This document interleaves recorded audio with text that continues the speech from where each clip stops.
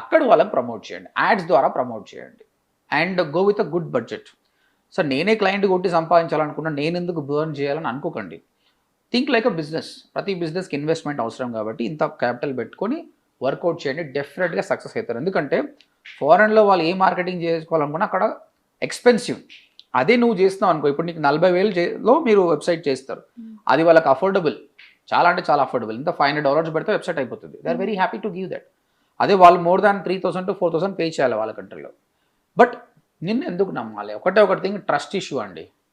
ఇప్పుడు నాకు ఇన్ని క్లయింట్స్ ఉన్నాయి, యూఎస్కే క్లయింట్స్, ఎందుకంటే యూట్యూబ్లో నేను మార్కెటింగ్ గురించి ఎక్స్ప్లెయిన్ చేశాను. అది చూసి ట్రస్ట్ బిల్డ్ అయిపోయి they came back to me.